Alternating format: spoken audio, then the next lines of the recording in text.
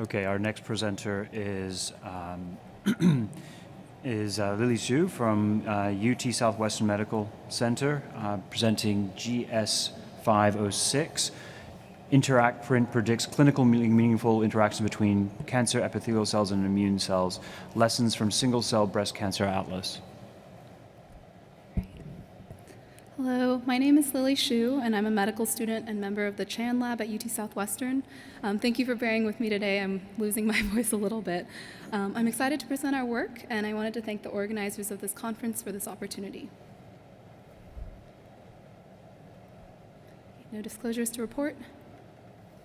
So breast cancer has historically been regarded an immune cold tumor, and as such, the efficacy of immune checkpoint inhibitors, or ICI, has remained modest and limited to specific patient subgroups in breast cancer.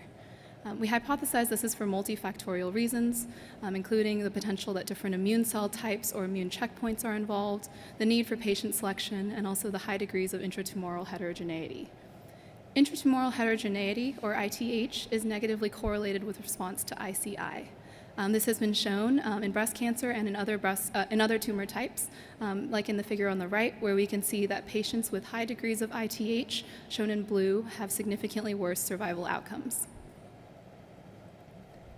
Because intratumoral transcriptional heterogeneity, or ITTH, is a marker for ITH, breast cancer immunotherapy development should account for how ITTH affects the tumor microenvironment.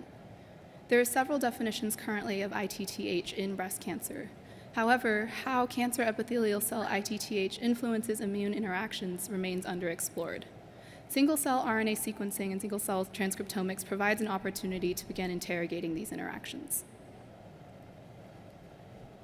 Our group has developed a single-cell meta-atlas of primary breast tumors to explore ITTH. This data set includes over 236,000 cells from 119 primary breast tumors biopsied from 88 patients. We wanted to highlight that a strength of integrating tumors from the same tumor type creates a data set that is reflective of states that can exist in the real world. As is consistent with other data sets, we observe that there is a high degree of heterogeneity within the cancer epithelial cell cluster in our data set. Again, this highlights an advantage of our data set. Its statistical power allows for a more comprehensive study of cancer epithelial cell ITTH. So our analysis begins by quantifying the degree of ITTH within our data set. Here is the collection of all tumors within our data set, and each column here in this graph represents a sample. They are organized by clinical subtype. Next, we applied the PAM50 molecular subtype on a single cell level, and here we can observe the presence of multiple molecular subtypes within a single patient sample, and also high degrees of molecular subtype heterogeneity across all the samples in our data set. Next, we quantified the degree of transcriptional heterogeneity between individual cells for each sample. We can see that the single-cell transcriptional heterogeneity also varies across samples. And then, as highlighted here in orange, we observe that approximately a third of the samples in our data set are discordant. These samples have relatively homogeneous molecular subtype, but are scored to have relatively high degrees of single-cell transcriptional heterogeneity. In summary, we can see that cancer epithelial cell ITTH is evident across samples in our data set. Additionally, for a third of patients, the existing molecular subtype classifier does not necessarily reflect the degree of cancer epithelial cell ITTH. This suggests that ITTH in these samples may be driven by factors beyond molecular subtype. Additionally, this underscores the need for higher resolution approaches to define cancer epithelial cell ITTH within breast cancer. So, how do we define cancer epithelial cell ITTH? We start by subsetting out the cancer epithelial cells within our data set. Next, we performed unsupervised clustering at various resolutions, as well as supervised classification of cancer epithelial cells based on subtypes and molecular targets. And this was to generate an exhaustive collection of differentially expressed gene lists that reflect molecular features of different cancer epithelial cell clusters. Lastly, we performed consensus clustering of all of the gene lists and identified 10 stable groupings. We call these groupings gene elements, or GEs. Each GE is comprised of the top 100 genes in the grouping. The 10 GEs are associated with distinct biological pathways and processes. We used gene set enrichment analysis in order to annotate the 10 GEs. We can see that GEs 1, 6, 7, and 9 are associated with estrogen response genes. GE4 is uniquely enriched for cell cycle and proliferation genes.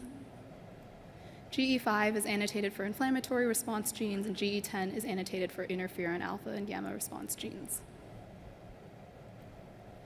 So now that we have the 10 GEs that can be used to define cancer epithelial cell ITTH, the key question for us was, can we define how these cancer epithelial cell GEs influence immune interactions? And furthermore, can we define those interactions? So to do this, we used predicted receptor ligand pairing analysis between cells assigned to each GE and immune cells in our data set. This generated a decoder matrix of the predicted GE immune interactions. The degree of interaction is inferred based on the number of predicted receptor ligand pairings. For the sake of time, I'll mention, since this was covered in my mentor's talk on Wednesday, we looked at the predicted interactions for NK cells in our decoder matrix and were able to functionally validate these interactions using breast cancer cell lines and NK cells. Because CD8 T cells have high relevance as targets of ICI, and because they are highly represented in our data sets, we chose to focus on validating the interactions predicted for CD8 T cells as well. We can see that GE5 is predicted to have a high degree of interaction with CD8 T cells out of all the 10 GEs. So to validate this prediction, we next explored spatial transcriptomics data sets of primary breast tumors. Here is an example representative image of a primary breast tumor. Here's the H&E.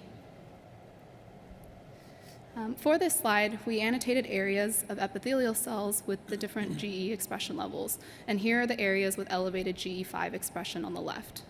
We also annotated areas that were enriched for CD8 T cells on the right, and we can see that these areas overlap. To quantify this across multiple spatial transcriptomic samples, we generated a heat map of the spatial transcriptomic co-localization of the 10 GEs and CD8 T cells. We can see that across samples and subtypes, GE5 expression was consistently correlated with CD8 T cell localization. Additionally, we annotated areas that were rich in GE5 and CD8 T cells for key predicted receptor ligand pairs. We can see that these areas demonstrated co-localization of some of the top predicted receptor ligand pairs shown here. So up until this point, our investigation has focused on the application of the 10 GEs at cellular and spatial level. We next sought to move this to the patient level. In this heat map here, each column shown is a patient in our data set.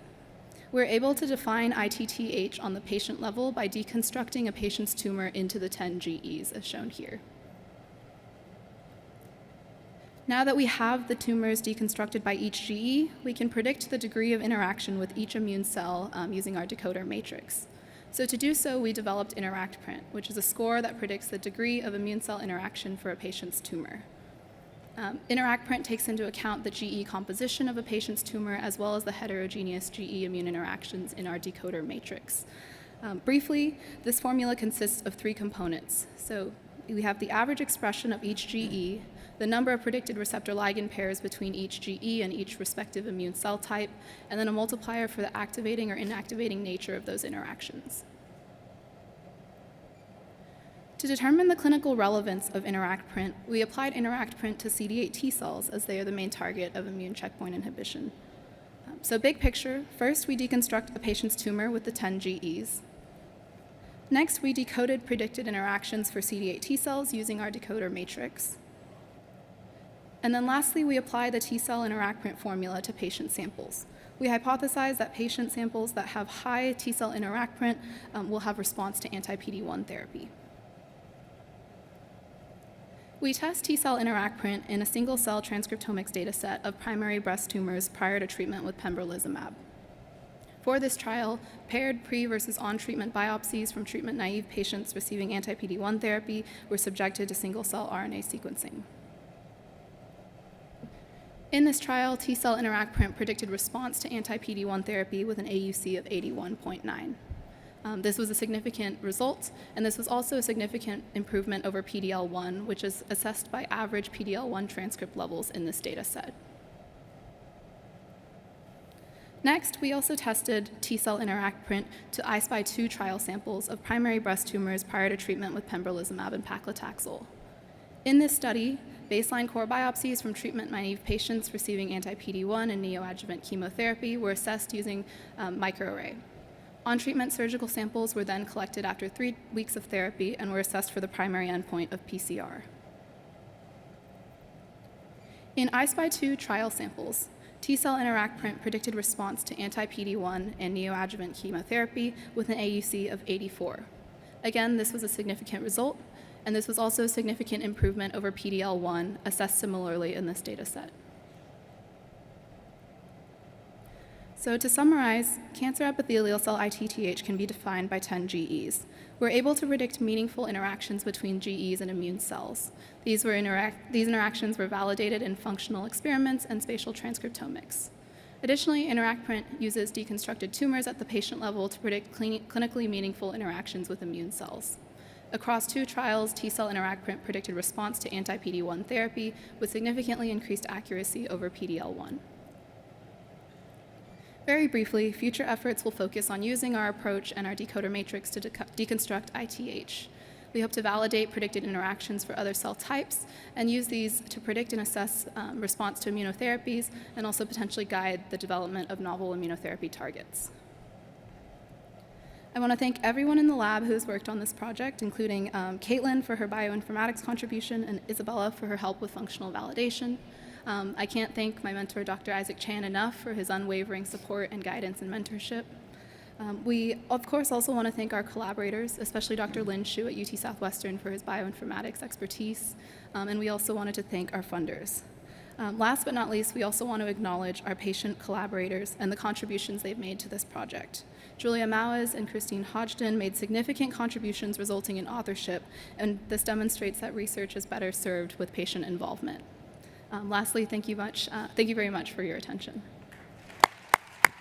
Thank you, Ms. Zhu, for your presentation. While we're waiting for people to go to the microphones, I have a quick question. I was struck by the fact that you had quite a bit of heterogeneity within your individual samples as defined by the PAM50. And so I wondered how that correlated with your 10 GEs and whether or not that already can be predictive of that response. Yeah, that's a really good question. So the degree of heterogeneity by just molecular subtype alone on the single cell level actually has been characterized previously, and we were excited to see consistency in our data set. And we do actually, in our manuscript that will be coming out shortly, look at the associations between the 10 GEs and different molecular subtypes. So for instance, some of the GEs like 1, 6, and 9 were associated with luminal A and B molecular subtype. But notably, GE5, which was kind of that immunogenic GE that we evaluated, actually had associations with all 4 molecular subtypes. So, of course, this is an area we'll look further into investigating, but that's some preliminary results I can share now. Thank you. We have a question on number 3. Nick Murray, South Australia. Can you combine the PDL1 and your assay signal to further increase the sensitivity, or is there substantial overlap between the groups? Yeah, that's a really good question. To be honest, so in the BASAS data set, the single transcriptomics data set, we observed that PDL1 prediction accuracy was actually not significant. So whether the inclusion of PDL1 in our model for prediction, whether that will strengthen the prediction, I think still remains yet to be explored. But that's something that we can definitely consider and we'll look into further. We'll take one more question from number 4. Hi, Nick McAndrew, UCLA. Student Dr. Shu, excellent presentation. Congratulations on your work. One of the things that I think we struggle with from a clinical perspective is trying to understand the biology of the tumor even based on a single biopsy, especially when we're going to give neoadjuvant therapy. So do you think that with trying to assess for heterogeneity within a tumor that multiple biopsies are going to be necessary prior to translating this into the clinic, or has the data shown that maybe one biopsy may be enough given the power of your assay? Yeah, that's a really good question as well. So in our data set, we did have some patients that did undergo multiple tumor biopsies, and we actually ended up kind of combining all of those biopsies for this analysis on the patient level. And I think something we'll definitely need to explore further is whether those multiple biopsies do allow for more accurate prediction of the total tumor heterogeneity. But I will note that the majority of the samples that we performed this analysis on were based on a single tumor biopsy. Thank you for the question. All right. Thank you, Ms. Ju, for your presentation. Thank you.